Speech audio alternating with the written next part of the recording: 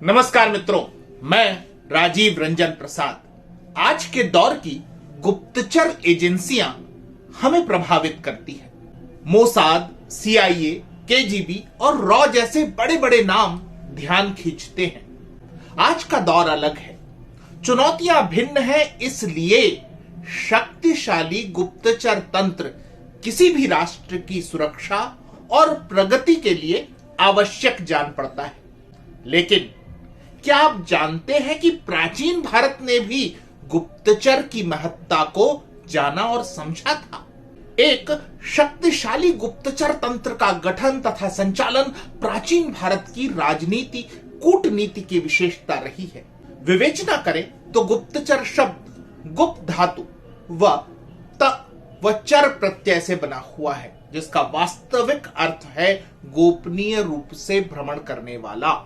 वेदों में इन गुप्तचरों के लिए स्पशः शब्द का प्रयोग हुआ है, तो शुक्र नीति में शुक्राचार्य इसके लिए गूढ़ाचार शब्द का प्रयोग करते हैं। अर्थशास्त्र में चाणक्य इन्हें गूढ़ पुरुष कहते हैं, तो पाणिनि की अष्टाध्यायी में औपनिषदिक का उल्लेख मिलता है, जिसका अर्थ है ऐसा व्यक्ति जो गुप्त संधानों से अपना जीवन यापन करता हो। प्राचीन भारतीय वाङ्मय में गुप्तचर के अनेक पर्यायवाची शब्द मिल जाएंगे। उदाहरण के लिए अपसर्पः, चरः, स्पशः, गुप्त गतिः, मंत्र गूढ़ः, पर तत्व ज्ञातार्थ भ्रमण करताः, प्रतिस्कः, हित प्रणीह, उदस्थितः आदि। पर्यायवाची शब्दों का इतना विस्तृत आकाश यह बताता है कि गुप्तचर तत्कालीन राजनीति का अभिन्न हिस्सा हुआ करते थे। विषय में गहरे उतरने से पहले बुद्ध युग की उस परिघटना का स्मरण कीजिए, जबकि मगध नरेश अजात शत्रु ने वैशाली गणराज्य पर आक्रमण करने से पहले अपने विश्वास पात्र मंत्री वत्सकार से मनमुटाव का बहाना किया, उसे देश निकाला दे दिया। यही वत्सकार अब वैशाली जाता है और वहां स्वयं को मगध का शत्रु बताकर राजपद पाने में सफल रहता है। गोपनीय रूप से अपने लक्ष्य के लिए कार्य करते हुए वह वैशाली गणराज्य में फूट उत्पन्न करने में सफल ही नहीं होता, अपितु राज्य की गोपनीय जानकारियों को भी मगध भेजता है। वैशाली की पराजय में मगध की यही कूटनीति कारगर सिद्ध होती है, अथवा इस उदाहरण से हमें गुप्तचर की उपादेयता स्पष्ट हो जाती है। बुद्ध युग से पहले के कालखंड में चलते हैं। रामायण के लंका कांड में अनेक उदाहरण ऐसे हैं जब हम पाते हैं कि रावण ने बारंबार गुप्तचरों को श्री राम के शिविर में भेजा, जिससे कि वह जानकारियों को इकट्ठा कर सके और शक्ति का आकलन कर सके। आज हम विशेष रूप से महाभारत के दृष्टिगत चर्चा करने जा रहे हैं। हम पाते हैं कि उस दौर में राजतंत्र और गणराज्यों जैसी सुस्पष्ट शासन प्रणालियां अपने उत्कर्ष में दिखाई पड़ती हैं। साथ ही साथ गुप्तचर तंत्र का भी पूर्ण विकास देखने के लिए मिल जाता है। महाभारत के अध्ययन से ज्ञात होता है कि पूरा विभाग प्रभाग ही इस तंत्र का समुपस्थित था, जो कि राजनीति को आगे बढ़ाता रहा है। उदाहरण के लिए महाभारत के शांति पर्व से यह जानकारी मिलती है कि राजधानी में एक संगठित गुप्तचर विभाग कार्य करता था, जिसके माध्यम से राजा को प्रजा की गतिविधियों और उसकी सोच के विषय में जानकारी प्राप्त होती थी। इसी योग्यता और महत्ता के दृष्टिगत महाभारत के शांति पर्व के अनुसार गुप्तचर को सेना के 8 अंगों में से एक बताया गया है। महाभारत कालीन गुप्तचर व्यवस्था को जानने के लिए उन नीतियों को भी परखना होगा जो तब की राजनीति का हिस्सा थी। हम हस्तिनापुर के महाअमात्य विदुर को जानते हैं, जिनकी नीतियों से आज भी प्रेरणा ली जाती है। विदुर गोपनीयता को ज्ञान से जोड़ते हुए कहते हैं, यस्य कृत्यम न जानन्ति मंत्रम वा मंत्रतम परे कृतमेवास्य जानन्ति सवय पंडित उच्यते। अर्थात जिस व्यक्ति के कार्य, व्यवहार, गोपनीयता, सलाह और विचार को अन्य लोग कार्य की समाप्ति हो जाने के बाद ही जान पाते हैं, ऐसा व्यक्ति ज्ञानी कहलाता है। विदुर की चर्चा हुई है तो हमें गुप्तचर व्यवस्था के अंतर्गत कूट शब्दों अथवा कोड वर्ड्स की महत्ता पर भी प्रकाश डालना चाहिए। वे गुप्तचर ही थे जिनके माध्यम से हस्तिनापुर के महामात्य को यह ज्ञात हो गया था कि वारणावत में लाख का महल बनाया जा रहा है, जिसमें पांडवों को उनकी माता कुंती सहित जलाकर मार देने की योजना दुर्योधन द्वारा बनाई गई है। यह सूचना युवराज युधिष्ठिर को देना अमात्य का कर्तव्य था, परंतु दुर्योधन के गुप्तचरों की कड़ी निगरानी के कारण सीधे सीधे ऐसा करना संभव नहीं था। विदुर ने इसलिए कूट भाषा का प्रयोग किया। कूट भाषा वह थी जिसे प्रयोक्ता, जो प्रायः अमात्य अथवा गुप्तचर प्रमुख होता था, और श्रोता, जो प्रायः राजा, युवराज अथवा सैन्य प्रमुख होता था, ही आपस में समझ सकते थे। नीति की शिक्षा देने की आड़ में सूचना और सतर्कता कैसे प्रदान की जाती थी, इसे समझने के लिए वारणावत जाने से पहले के विदुर युधिष्ठिर संवाद को ध्यान से समझना होगा, जो कि कूट भाषा में है। विदुर कहते हैं कि हे युवराज, एक ऐसा तीखा शस्त्र है जो लोहे का बना तो नहीं है, परंतु शरीर को नष्ट कर देता है। ऐसे शस्त्र के आघात से बचने का उपाय जानने वाले पुरुष को शत्रु नहीं मार सकते। सप्रसंग इस संवाद को समझे तो सूचना दी गई है कि जिस भवन में ठहराया जा रहा है संदिग्ध है। शस्त्र का एक अर्थ निवास अथवा घर भी है, और कूट भाषा में विदुर ने संप्रेषित कर दिया है कि शत्रुओं ने ऐसा भवन तैयार करवाया है जो कि आग को भड़काने वाले पदार्थों से बना है।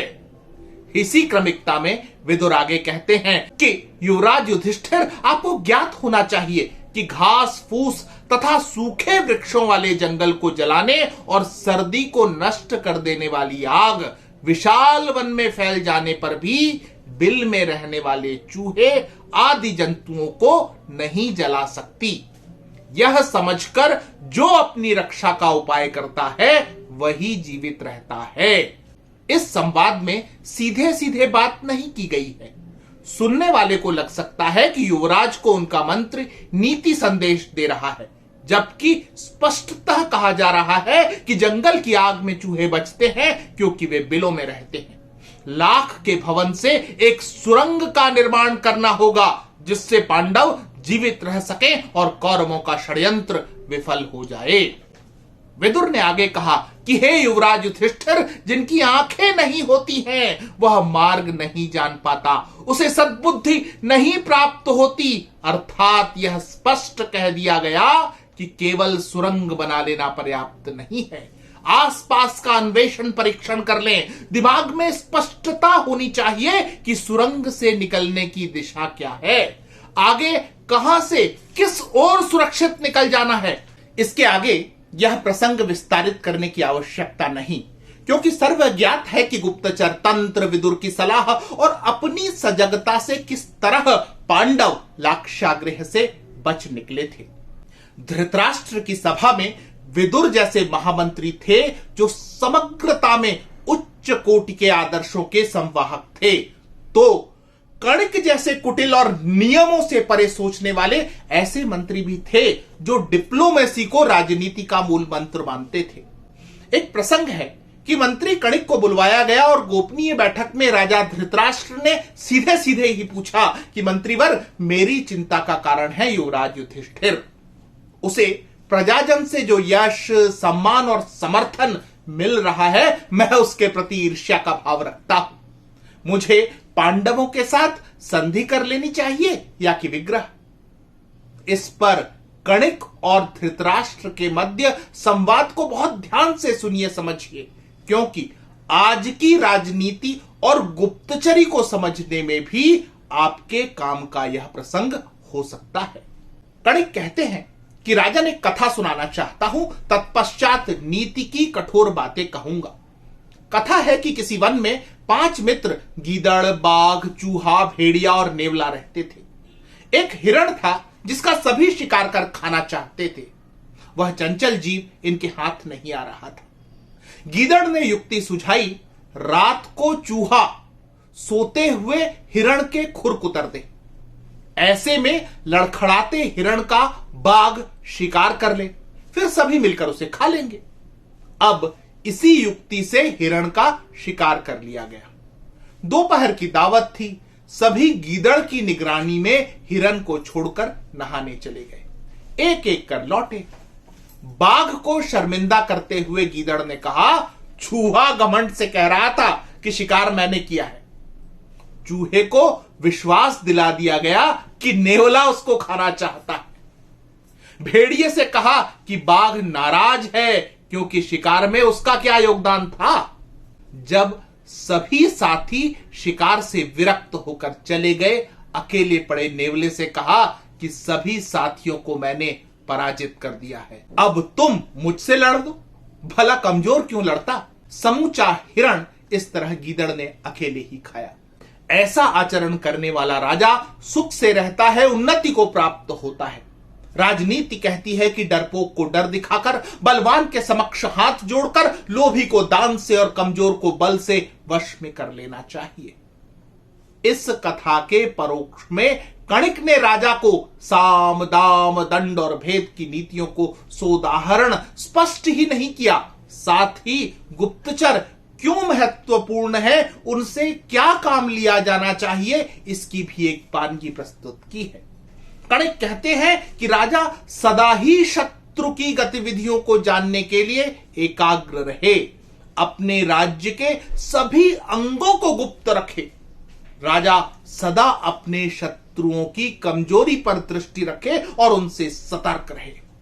अग्निहोत्र और यज्ञ करके, गेरुए वस्त्र, जटा और मृग चर्म धारण करके पहले लोगों में विश्वास उत्पन्न करे, फिर अवसर देखकर भेड़िए की भांति शत्रुओं पर टूट पड़े, उन्हें नष्ट कर दे। जब तक समय बदलकर अपने अनुकूल न हो जाए, तब तक शत्रु को कंधे पर बिठाकर ढोना पड़े तो ढोए भी, परंतु जब अपने अनुकूल समय आ जाए तब उसे उसी प्रकार नष्ट कर दे जैसे घड़े को पत्थर पर पटक कर फोड़ डालते हैं।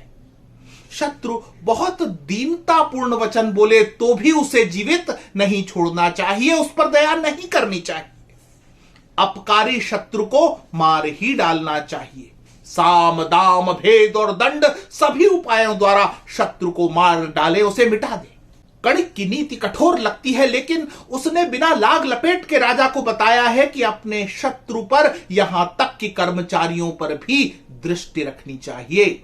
अपने ही सगे संबंधियों का कहां तक विश्वास करना चाहिए, राज्य विरोधी तत्वों की जानकारी कैसे हासिल करना चाहिए, राजकोष की वृद्धि कैसे करनी चाहिए, अपने विरोधी राजा की सारी जानकारियां, उसकी सैनिक जानकारी कैसे हासिल करनी चाहिए और राजा का दमन कैसे करना चाहिए। कणिक और विदुर की नीतियां बहुत हद तक महाभारत युग में राजनीति, कूटनीति और गुप्तचर तंत्र के सह संबंध को स्पष्ट कर देती है।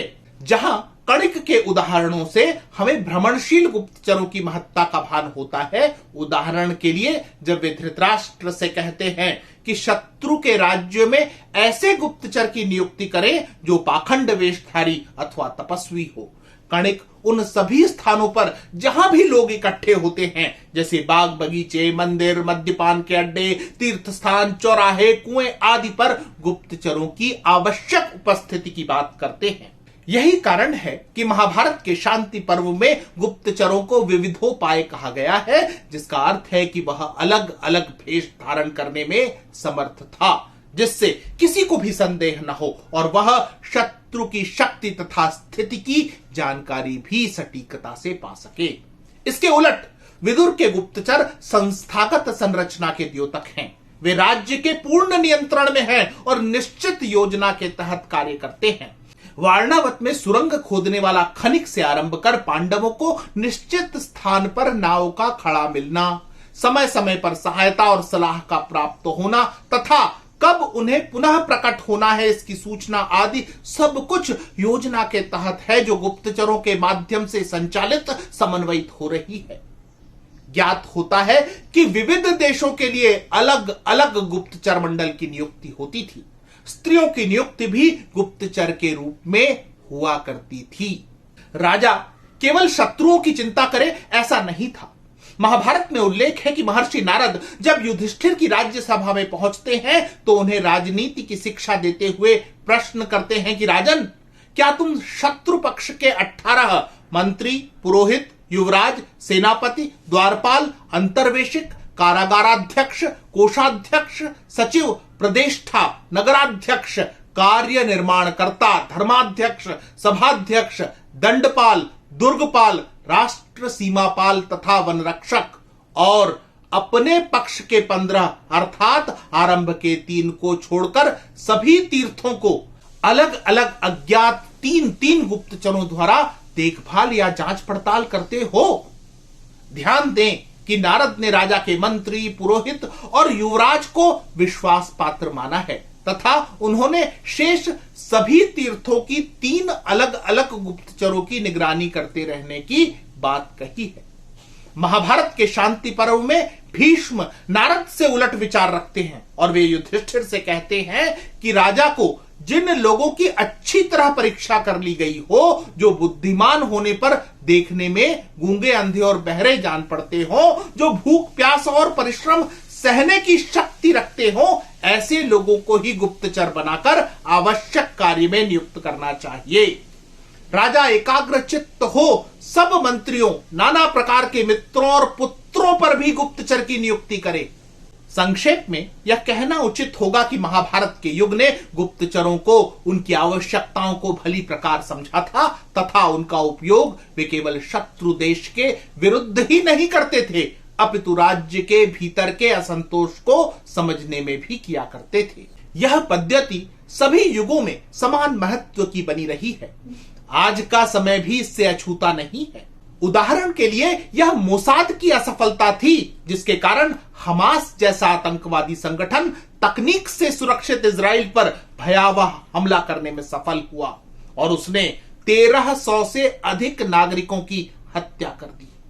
अपनी भूल का सुधार करते हुए इजराइल ने वैसा ही प्रतिवाद प्रस्तुत किया जिसकी बात कणिक महाभारत में करते हैं। गुप्तचर तंत्र का शक्तिशाली होना किसी भी राष्ट्र की समृद्धि और शांति का परिचायक होता है। मित्रों, आज इतना ही। फिर मिलता हूं ऐसे ही किसी ऐतिहासिक तथ्य के साथ। अगर आपको मेरा यह चैनल पसंद आ रहा है तो कृपया इसे सब्सक्राइब करें। आप इस प्रस्तुति को लाइक या शेयर भी कर सकते हैं। नमस्कार।